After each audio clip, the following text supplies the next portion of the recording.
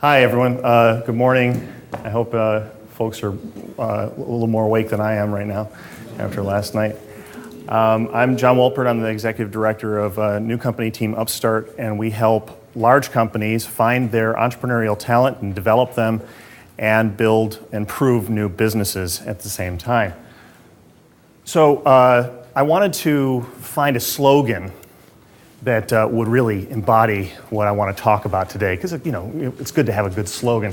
So I went to the experts, and that was okay. But then I went to the other guys, and I thought that was pretty good. But then I went to the Republican website, and they've changed it. So I don't think it's good, but it just doesn't work for what I want to talk about. And as was mentioned, I have spent a lot of time overseas the last 5 years in Europe and Australia and Asia Pac. And my colleagues overseas love a good slogan that says it all, that really says everything you want to say. So I took a shot at that, and I came up with this one.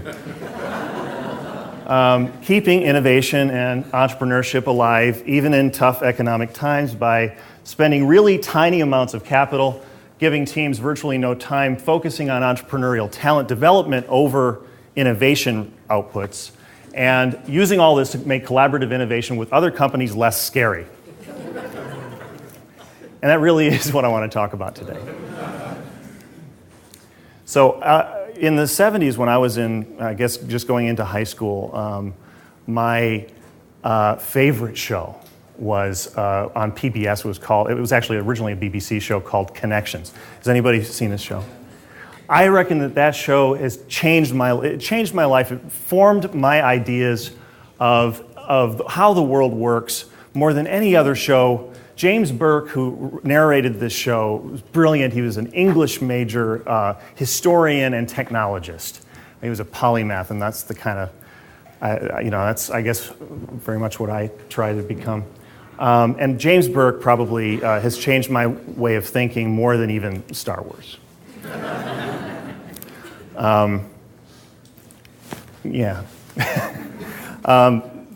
So what James could do, if you haven't seen the show, is explain to you how, say, Napoleon, his army, returning from Egypt with silk shawls, or woven shawls, set off a chain reaction that resulted over time in inventions and ideas and insights, capabilities, randomly colliding over centuries to result in the punch card computer and other things.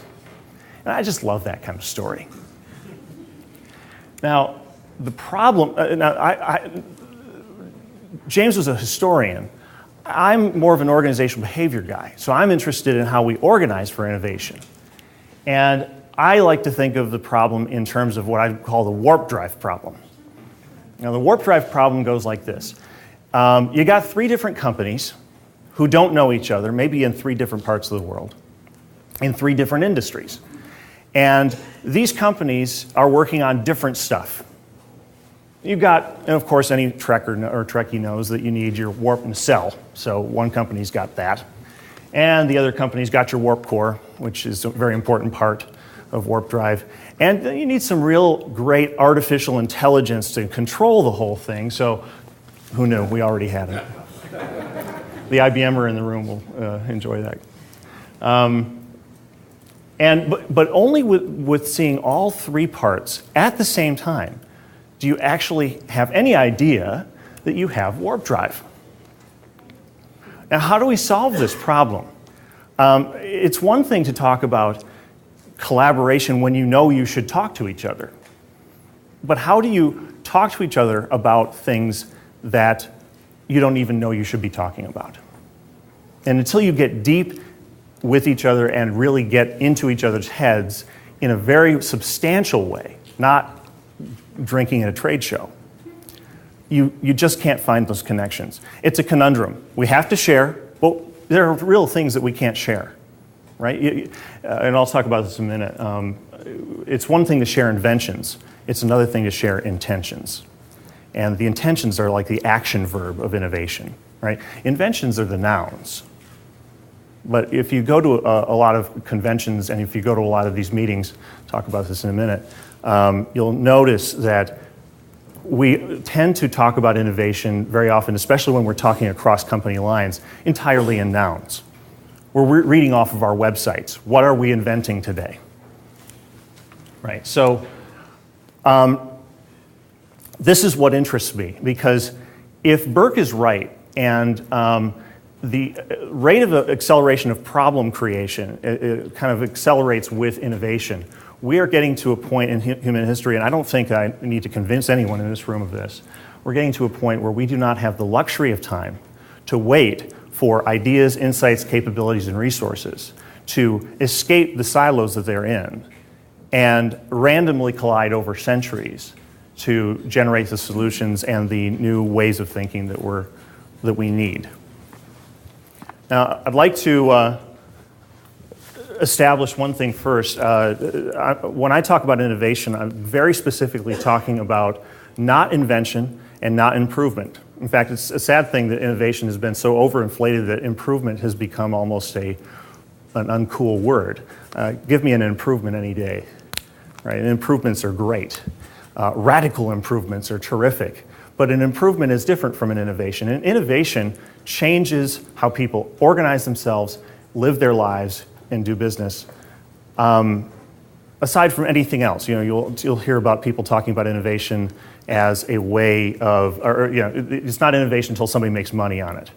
Well, that doesn't work for me. What works for me is to say, did a new set of things, did a tool or a set of tools get used in such a way that we now have changed the way we see the world, how we organize ourselves, how we live our lives. That meets the litmus test for me of what innovation is. So I went on this epic journey, as I think everybody has in this conference has shown that we are all on our own journeys. And the journey I took started about 12 years or a decade ago at a group called AlphaWorks. So I was at IBM, and I was helping make Java safe for the world. And I ran across this little group called AlphaWorks, and I asked my boss if I could go work on it, and he said yes.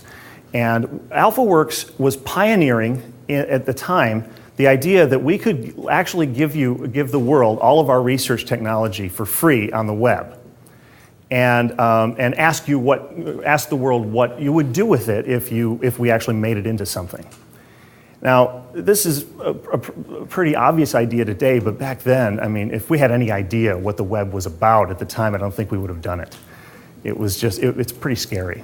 In fact, the first time I met the CEO of IBM, he looked me right in the eye and he said, "Am I getting ripped off?" And I said, "No." And it turned out we didn't get ripped off. It turned out that when you share openly inventions, you gather energy to you. And it was a very easy thing for us to, on the one or two occasions when somebody tried to appropriate that technology without our involvement, to say, "Hey, you downloaded it 3 months ago, and now you're coming out with a product. Maybe we should talk about a licensing deal." And that was very simple, and we didn't even need lawyers for that. So AlphaWorks really taught me one thing, or two things actually. One was that maybe even the more important thing is little groups inside big companies that cross the border of the firm and are able to work with people inside other companies directly become unkillable. AlphaWorks is now where many innovation programs, and I think Hank Chesbrough at Berkeley has done some great work on showing that the lifespan of most innovation programs is about 3 years. You don't see many past 5. In fact, I can't think of any that haven't either been gamed into irrelevance or are just not there anymore. AlphaWorks is over a decade old. It's on its 13th year, I think.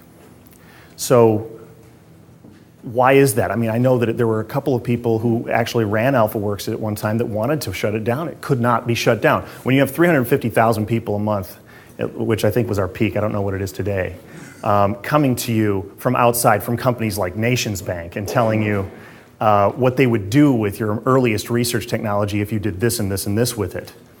you can't ignore that. And you can't shut it down. It would be like tearing off your own arm. So that was the first leg of my journey was AlphaWorks taught me that you've got to find ways of crossing the membrane of the firm. Gary Hamel, I think, once said that the last bastion of totalitarianism is the American corporation, right? That you have a king or a queen and you have this membrane around it and you have a moat. And I think that's a little bit of hyperbole, but I think it does have some reality to it, right? We have this structure that says you can't get out. And open innovation isn't the answer every time. There are things that we need to keep secret. If I'm going to take this hammer and clobber you with it, I can't tell you before I do it, right? Extreme Blue is my next leg of the journey, and Extreme Blue, if you don't know it, is a terrific organization, and it is IBM's talent incubator for what we call biz tech talent. That is technical people with business savvy, business people with technical savvy. One of my favorite stories is of a guy coming out of Duke University, the MBA program there. He was a philosophy undergrad, not a technologist, but he was writing code for his Newton in 2001. So we had to hire him, right? I mean, anybody who was self-teaching himself how to write code for a defunct device in 2001 had to be hired. And I think his team filed 9 patents in 3 months. And a lot of those came from the intersection between his technical team and himself. Because when you can open yourself up to the objects that are business objects, and combine those with the technical objects that is, in his case, a code development project, you really can open up yourself up to a whole new realm of innovation. So they were really powerful. And Extreme Blue is, again, one of the very few long-lived organizations. Extreme Blue is in its 10th year, or 11th year. Why is this? Well, it's not an innovation program. It's a talent program. And even though I think at least when I was there, we were the most patented lab in the company, which is the most patented company in the world. So if you measure innovation that way, which we could argue is not the best way to do it, but just for argument's sake, we were doing okay with invention, with technology. But we actually reported at the time to the head of technology, Nick D'Onofrio, and to the head of HR, and to the head of business strategy. It was a 3-legged stool, and all 3 of those legs were important. So balancing that mix was really the key.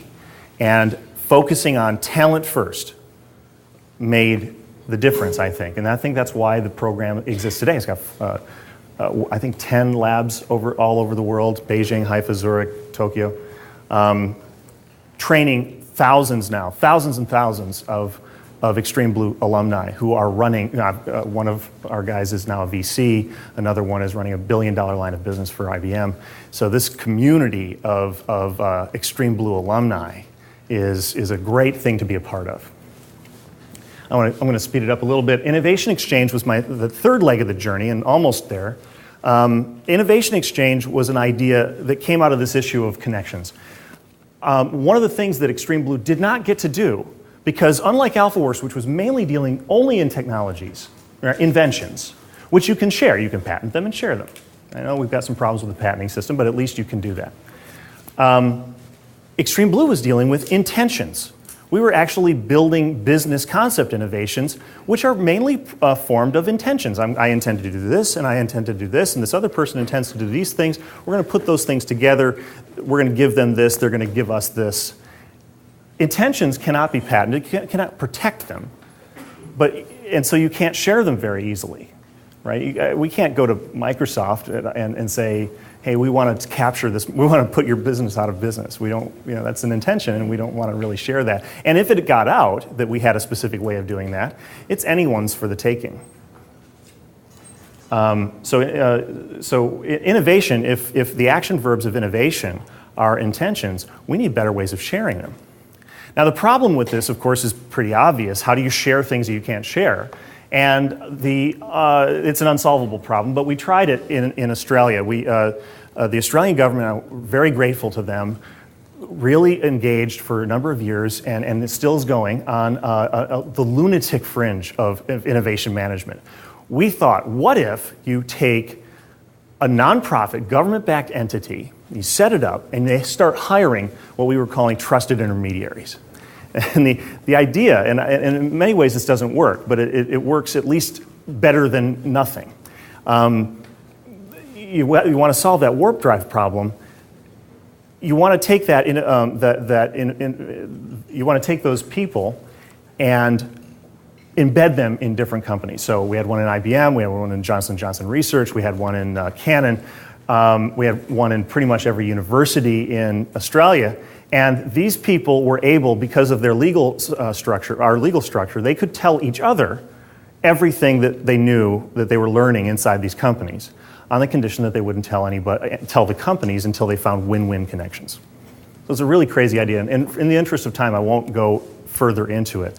But what I did learn about that was, if you want to get into the real deep intentions of a company, you need to build trust with humans in real time, not virtually. You have to put people on the ground inside the units that you're trying to share with.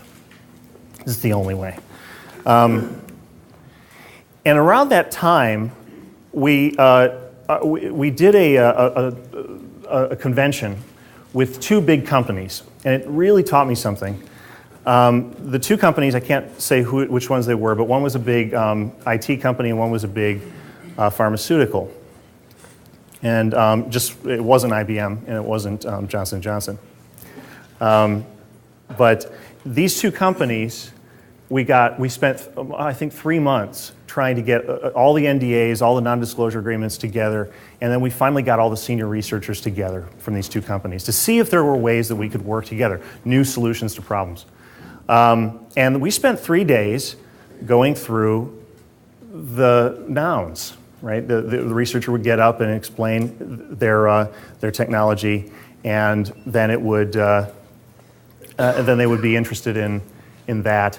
And at the end of it, there would be the silence, the crickets chirping, what was going on. And we said, well, hey, why don't you start sharing your intentions? What do you intend to do, and what are the gaps between what you can do and what you want to do? They would not talk. And a colleague turned to me on day 3 and whispered in my ear and said, we brought the wrong people. We should have brought the interns. And that led me back to Extreme Blue. And at the same time, I heard about Y Combinator and this idea of micro-investing, and the fact that they were enabling young people to, typically young people, it doesn't really matter, but it tends to skew young, to start new businesses together. So we thought, well, what if we changed all this up? We took all these different ideas from these experiences, this journey that we had gone on. 10 weeks is plenty of time, Y Combinator has shown, to prove a new business. Extreme Blue does the same thing. Micro-investment is giving them no more than $20,000, not $2 million, not even $100,000, but $20,000, $50,000 to prove a new business. Focus on the talent development rather than the innovation. Only fund intentions. I want to find people who intend to start and run new businesses, not people who have an idea. Live-work environment. You got to have them living together. That's one of the things that Paul Graham at Y Combinator has shown, and Extreme Blue did as well. When you put them together and make them live together, they create magic in 10 weeks. Biz tech. Us equals them. Breaking down these us-them barriers. And finally, this idea that we were exploring with Innovation Exchange for in-source management, and that came up, and so now we're running this thing called Team upStart. And our first season is with Best Buy. In the interest of time, I'll just zip through this. Best Buy, we've been running with Best Buy for all year, and it's been really exciting. They've been doing great work. We've done 4 projects, 2 test seasons, one with 1 project, and the second season with 3. And we've already created a new line of business for Best Buy. This was a blue shirt sales guy on the floor of a Best Buy in Hollywood, California, and he's had a business plan kind of in his back pocket for years, and we gave him a shot. We gave him 10 weeks, gave him a team of 3, gave him $50,000, and now he's got a business that's actually already cash positive. These are the team members that we've been working with this year, and it's been a real pleasure to work with them. They are all now real legitimate, very strong entrepreneurs. I can't talk about the other projects because they're still, and it's too bad because there's one that's really terrific, that's exciting, and I can't tell you about it yet. But it's going to change transportation. But I'll show this video now.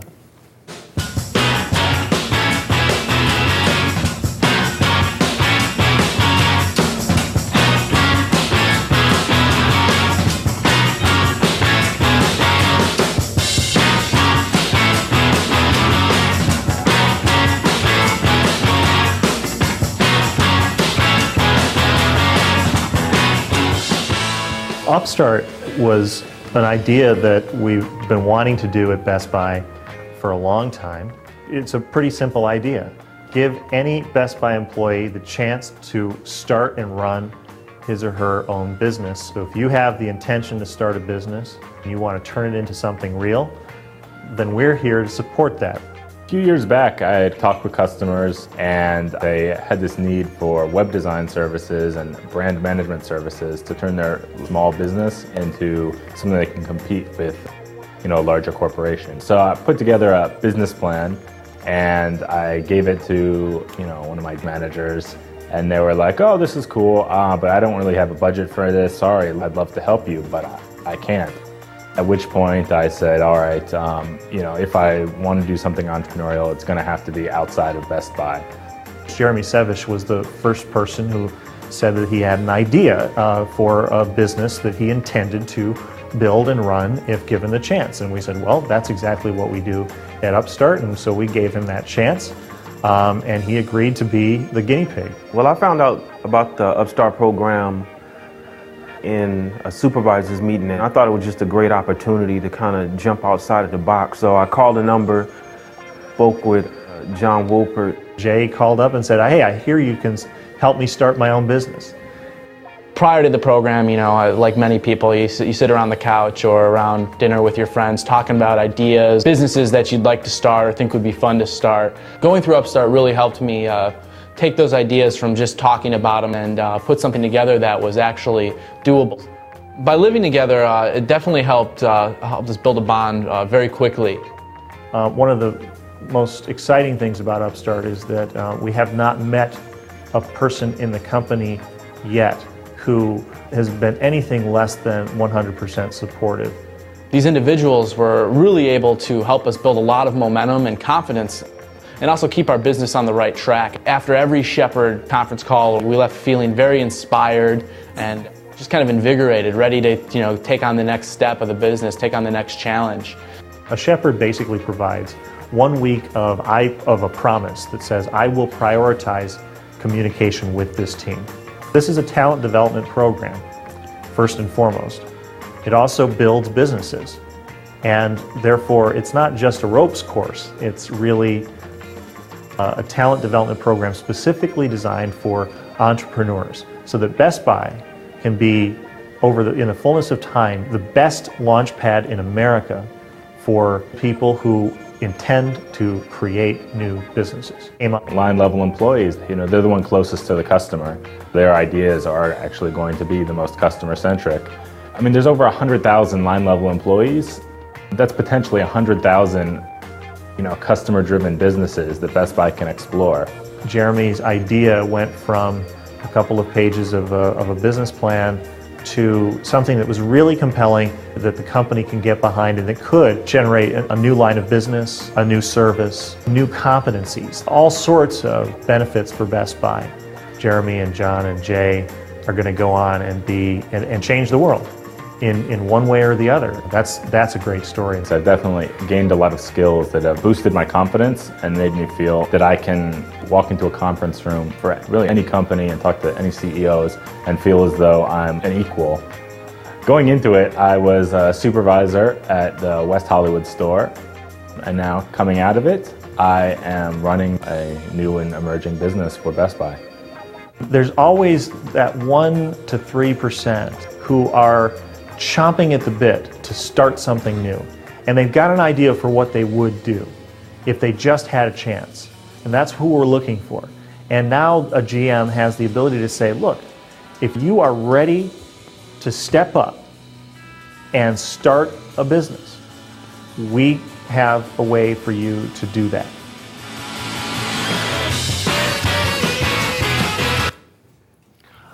In closing, I'll just say this.